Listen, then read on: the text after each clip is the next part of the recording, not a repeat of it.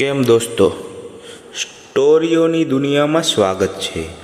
ચાલો જાણીએ અનોખી સ્ટોરી જે સાંભળીને તમને મજા આવશે। મારા ભાઈએ મારી સાથે એવું કર્યું કામ, તેને કારણે મને રક્ત નીકળવા લાગ્યું, મારા શરીરમાં પણ દર્દ થવા લાગ્યું। તે દિવસે ઘરે કોઈ નહોતું, એટલે મારા ભાઈએ મોકોનો ફાયદો ઉઠાવ્યો। તે મને તેના રૂમમાં લઈ ગયો।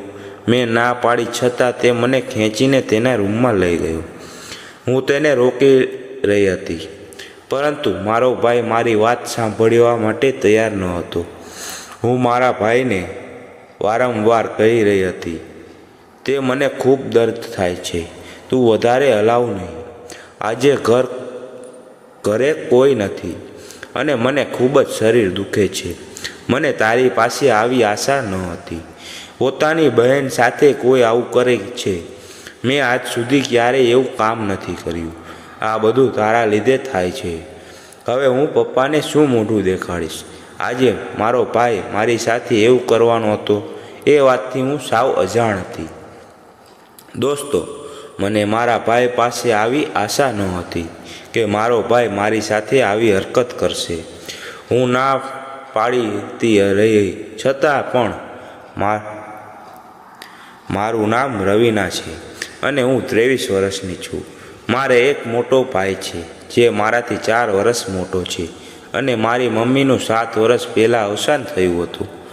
મારા પપ્પા એક ઓફિસની અંદર મેનેજરનું કામ કરે છે।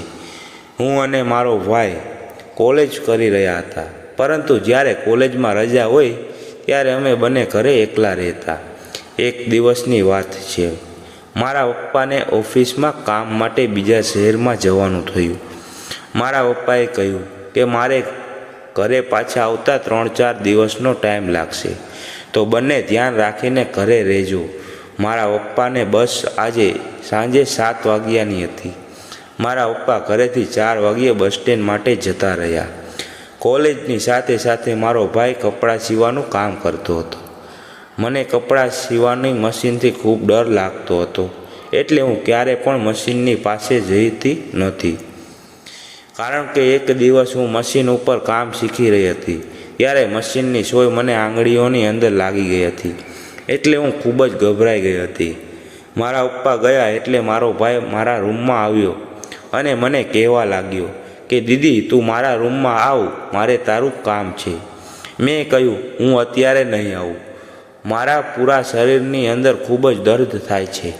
એટલે મારો ભાઈ મને બહુ જબરીપૂર્વક ખેંચીને પોતાના રૂમમાં લઈ ગયો। મને કહેવા લાગ્યો કે આજે હું તને કપડાં સીવવાનું શીખવાડવાનું છું। મેં કહ્યું, મને સિલાઈ મશીનથી ખૂબ જ ડર લાગે છે। મારા ભાઈએ કહ્યું, તું બેસી તો ખર, હું તને શીખવાડું। પછી શું મશીનની ઉપર બેસી ગઈ અને મશીન ચલાવવા લાગી। થોડી વાર પછી મારો ભાઈ કિચનમાં પાણી લેવા માટે ગયો। અચાનક મારી આંગળી મશીનની સોયમાં આવી ગઈ અને હું ખૂબ જ દર્દ થવા લાગ્યું। મેં મારા ભાઈને જોરથી અવાજ આપ્યો તો મારો ભાઈ દોડતા મારી પાસે આવ્યો અને સિલાઈ મશીનથી મારી આંગળી ફસાયેલી જોઈને તે હેરાન થઈ ગયો।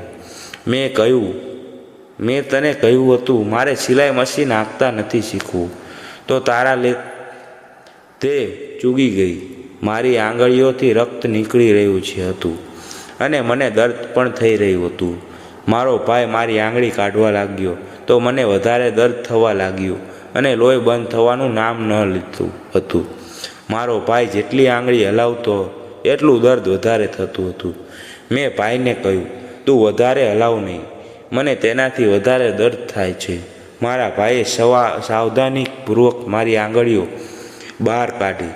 તેની પર ખૂબ જ ચોટ આવી હતી, એટલે અમે બંને ડૉક્ટર પાસે ગયા અને ડૉક્ટરે તેનો ઈલાજ કર્યો। પટ્ટી બાંધી દીધા પછી થોડા દિવસ પછી મારી આંગળી સારી થઈ ગઈ। ધન્યવાદ મિત્રો, વાર્તા સાંભળવા માટે।